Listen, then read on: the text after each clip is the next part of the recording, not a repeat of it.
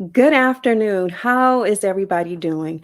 For those of you who may not know me, my name is Renarda Joy, and for the next 30 days, I have committed to giving you tools, tips, and insight for those of you who are new to real estate investing.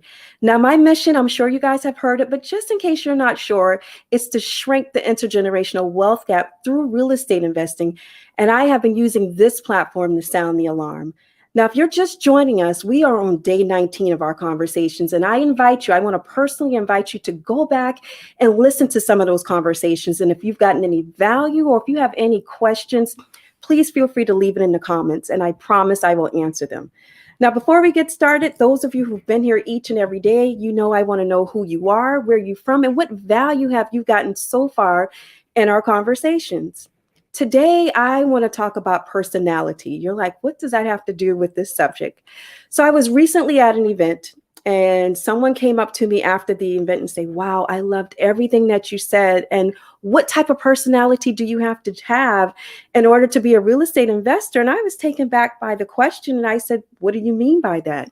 He said, well, I'm left-handed. I'm not sure what that had to do with anything, but he said, also, I'm an introvert. I'm not business savvy. I'm not good with numbers. And I said, you know what? I'm sure that there's somebody else out there with that same question, and tune in for today because I want to go over it. So if you're listening, here's my response. I'm sure you probably took one of those Myers-Briggs tests, right? Because trust me, I've taken several of those tests, but for fun. I don't allow it to put a label on me and tell me how I should and shouldn't live my life, right? The ideal person that he was thinking is the complete opposite, that this person has to be an extrovert into numbers. And I just want to let him know that that's not the case. Remember, I told you in conversation number one, and again, if you didn't listen to that conversation, I want to personally invite you to listen to that and any other conversations that you may have missed. But in conversation number one, we talked about having a legacy mindset. We talk about you should always ask yourself, is what you're doing part of the legacy that you want to leave behind? So if you're not going to move forward because you don't think you have this skill set and that skill set, is that the type of legacy that you want to leave behind? I don't think so. So let me go over three things. First, when you take those tests, they always point out your strengths and your weaknesses. Focus on your strengths, right? Find a way to really use that to your advantage.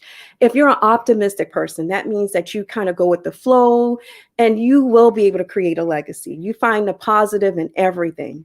If you're more of a pessimistic person, then of course you're going to approach it with, you're going to be wary.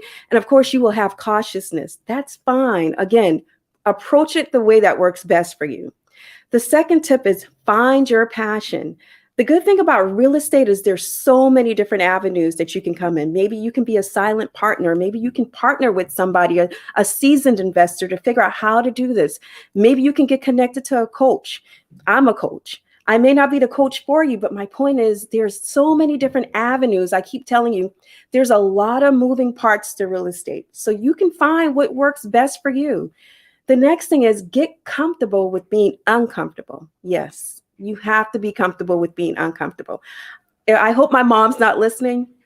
I remember in school, I was not the greatest with math, and today I couldn't tell you about algebra, geometry, but I can tell you 1 + 1.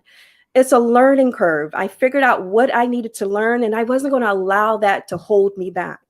Last year, here's another example. I was petrified of water and swimming. So last year I started taking swimming classes, and now I feel like a baby shark.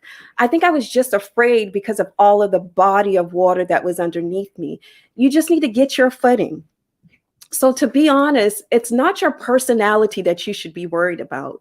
You should always do everything you do as far as real estate with the ability to do it with joy while you're making money. It shouldn't be stressful and strenuous. Not to say that it's going to be easy, but you should be able to do it with joy.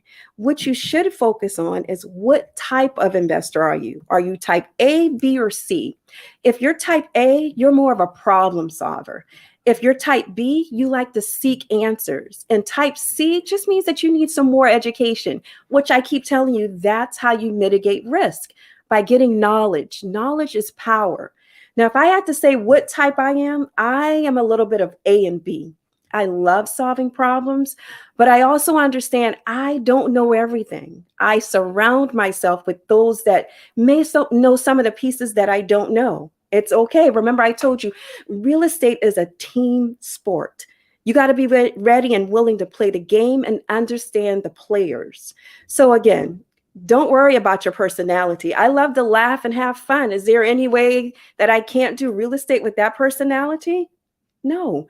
So it matters with what type of real estate investor you're going to be, not your personality. So I hope that this has been helpful. I hope that you've gotten value. Share with me what type of investor you are or what type of investor that you think that you will be. And if you have any questions, I promise you I would answer it. Now, if you're watching this outside of my business Facebook page, I invite you to come and join me at renardajoylive.com. That's renardajoylive.com. Now, I don't want you to join for the likes. I want you to join so that you can get a lot of tips, be notified, get the updates, because I want to help you to become an informed investor, what I call a legacy setter. And if you're just joining us, we're just wrapping up day 19. I invite you to listen to this conversation and any other conversations. And if you've gotten any value or if you have any questions, please feel free to leave it in the comments and I will come back and respond. So I will see you guys tomorrow, same time, 6 p.m. EST. Have a good night.